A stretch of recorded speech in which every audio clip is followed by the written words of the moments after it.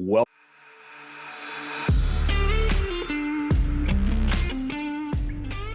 Welcome to the Agility in Real Life podcast, Take Five in Real Life. Now your hosts, Mike Studeman and Jeff Lee.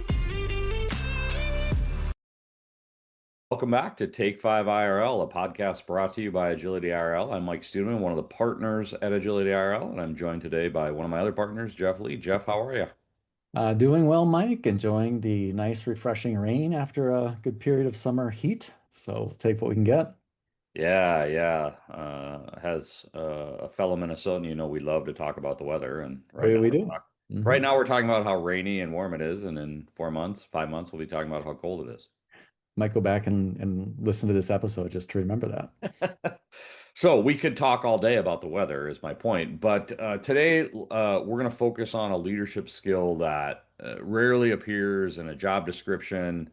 It rarely comes up in job interviews, but it might be one of the most important skills to have as a leader. And that's being able to say no, or at least being able to say no, not right now. We're going to talk about the implications of this and how to address it as a leader moving forward. But let's start out, Jeff. Um, have you ever had a team or a leader say, you know something? We really don't have enough work right now. If we could just get a few more things started, we'd be good. I mean, theoretically, it's possible, right? It is possible. I have not yet seen it, but it could happen. I've yet to see a company that said we're not resource constrained. And by that, they mean people constrained, but they insist on using resource. We'll talk about that another time. Right, right. Right. But yeah, there's way too much work to do. And we often have leaders who want to do right by their stakeholders and get the work done that their stakeholders want to take on. So when the stakeholder comes up and says, "Hey, Mike, I got this thing. Can you add it to your day? It should just take an hour or 10." Um, right? That never happened to me, but I get the hypothetical. Yeah. Yeah. Yeah. It's happening, right? It's that yes and mentality that works great in stand up, but not so great in leading an organization. Well, and we do want to give grace, I think, to the leader because it comes from, for the vast majority of leaders, it comes from a good spot, right? It comes from I want to delight my Hmm. stakeholders, I want to delight my customers, I want to deliver maximum value and keep everyone happy. And if we just do this one thing, maybe they'll be happy. So it doesn't come from a bad place. It doesn't come from a place of wanting to do anyone harm. No, Um, absolutely not. Right. And it's like that balance of, a lot of the requests are another bucket of water in a swimming pool, mhm, right? mhm. And those just usually sail through without a thought. And then we have the questions when they come up about, okay, I need to put another, I don't know, mixing metaphors here, another dump truck of water in the swimming pool, right? Well, we got to fund that dump truck, but yeah, we can do that, right? Right, right. So can I build on the dump truck analogy? Is that okay? Please I'm getting lean away from the in. pool though. I mean, to me, and we use this all the time in our coaching and our training. Another thing that Minnesotans like to complain about is traffic, right? So As does everyone. take 494, take 35W, take 694. Pick your favorite Twin Cities freeway or a freeway and near you. During a normal part of the day, not rush hour, traffic is going to be moving fairly smoothly. Assuming no accidents, assuming no road construction, insert another Minnesota joke here, but I digress. Drivers can change lanes, they can exit, they can enter, they can get to their destination pretty much on time. Hmm. Now, fast forward to rush hour. Everyone's trying to get home, everyone's trying to get to an event, everyone's trying to get from one side of the city to the other side of the city.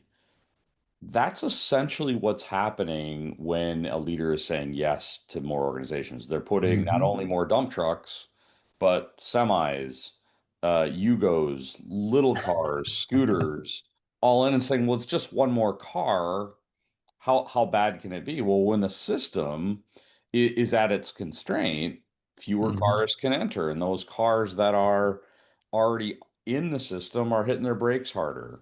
And pretty soon, we're all moving at 5 to 10 miles an hour. Yeah, and to build on your analogy, right? Well, then that's when people are thinking about capacity, right? Do I have capacity? Are people max out at 40 hours or, 50 hours or whatever our hours are? And if there's not, we can add more. Well, we know what happens, right? Because things happen we're not expecting. So, somebody makes an abrupt lane change, bunch of people hit their brakes. And then, here's Mike half mile back, who all of a sudden is slowing down and thinking, oh, there must be an accident up there. Well, he gets up there. There's no accident, but everything slowed down because there was a ripple in the system, Well, right? and everyone's busy. Everyone's driving, right? It's not that I've stopped driving. Some might argue that I've forgotten how to drive, but different Wasn't going to go company. there. Yeah. But everyone's busy. So if you're the leader, you're looking at your system, you're looking at the freeway going, everyone's engaged. Why is Hmm. this backing up? I just added one scooter. I just added one car. Why can't we get that done? It's just one item. Yeah. So Jeff, let's bring some theory into our conversation here. What explains this? So everyone who's listening, we're getting away from the freeway analogy here, and you're probably thankful for that. So let's bring Especially if they're in driving and yeah listening. yeah. Let's give them some theory here on what explains this. Yeah, so basically, when our system's at capacity, right? Any slowdown hurts us, and so we really need to avoid that. Put in some limits, work in progress limits, WIP limits, as we call them, to say, okay, we're not going to build our system and schedule people to be at max capacity. We want to keep it smaller so we can adjust to things that aren't expected, right? Sorry, Mike, I'm going back to the cars, but if we have good following distances on the highway and we're sailing along at the posted speeds and somebody, cuts me off, and I'm, very accepting of that, or some people hit their brakes, we can recover, right? It doesn't slow everything down. And so, putting in those limits to say we're only going to work on these things. Everything else is going to have to, wait on the on-ramps, if you will. We're really leaning into that. We are, and I had promised the listeners earlier that we were getting away from it, but we came back. I'll give it back to you. Yeah. I mean, a couple of key things. First of all, a leader's job is to not only help the team set those whip limits, right, or let the team set those whip limits, but then defend those whip limits to the stakeholders and really try to explain to them using whatever analogy they want. We've given you multiples in this session why setting a whip limit is important. Now, if you want to dig deeper, and we've done episodes on whip limits in the past, we've done an episode on really the mathematical underpinning of whip limits, which is Little's law. Yeah, Little's law states that in a stable system, which when we say system there, we don't mean software, of course, the amount of work in progress and the rate at which the work is completed is mathematically connected to the time it takes to finish that work.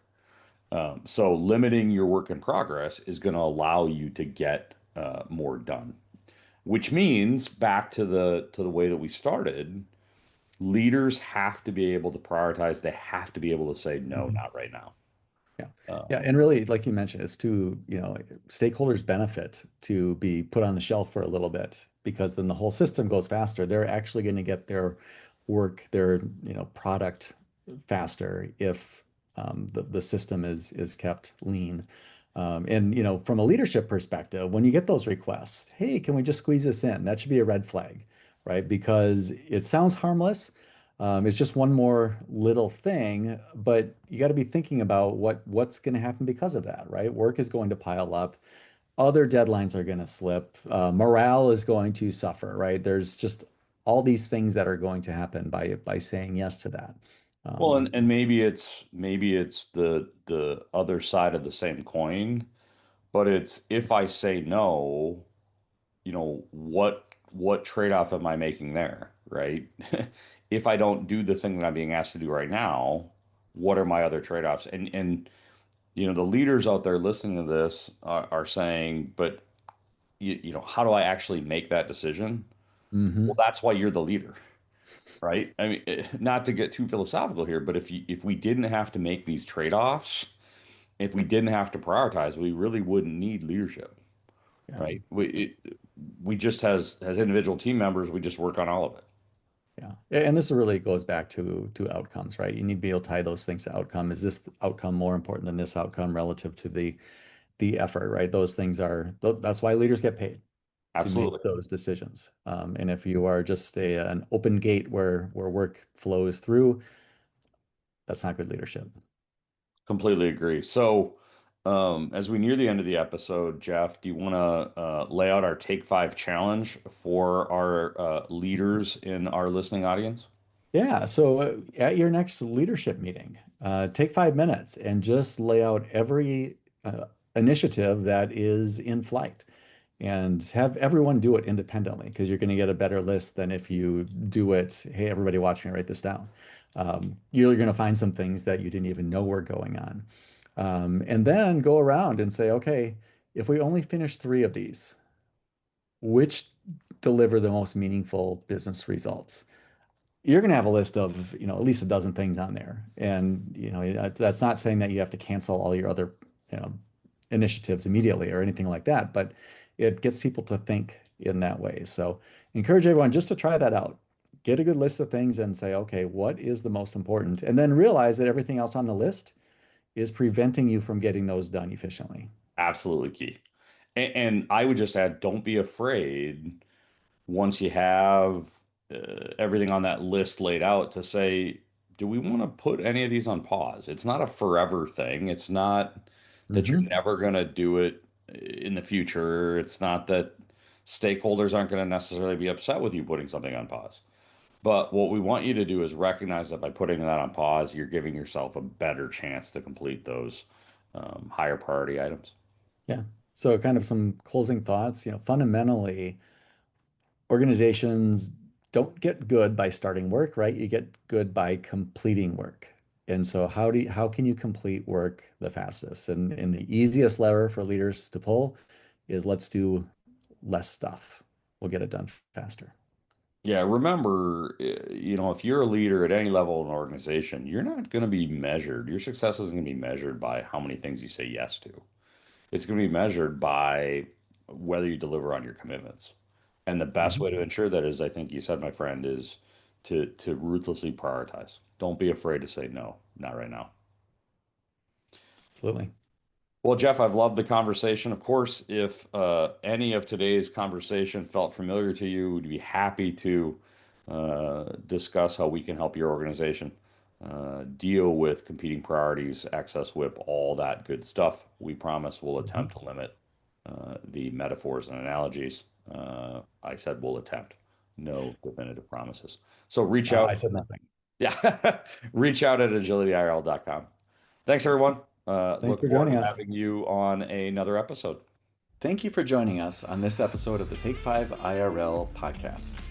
If you like it, please go ahead and share it with someone, as well as like and subscribe on your favorite podcast platform. We are available on Apple Podcasts, Spotify, and YouTube. Also, leave us a comment or a suggestion for a future episode. Again, thanks for listening, and we look forward to you joining us next time on the Take Five IRL podcast.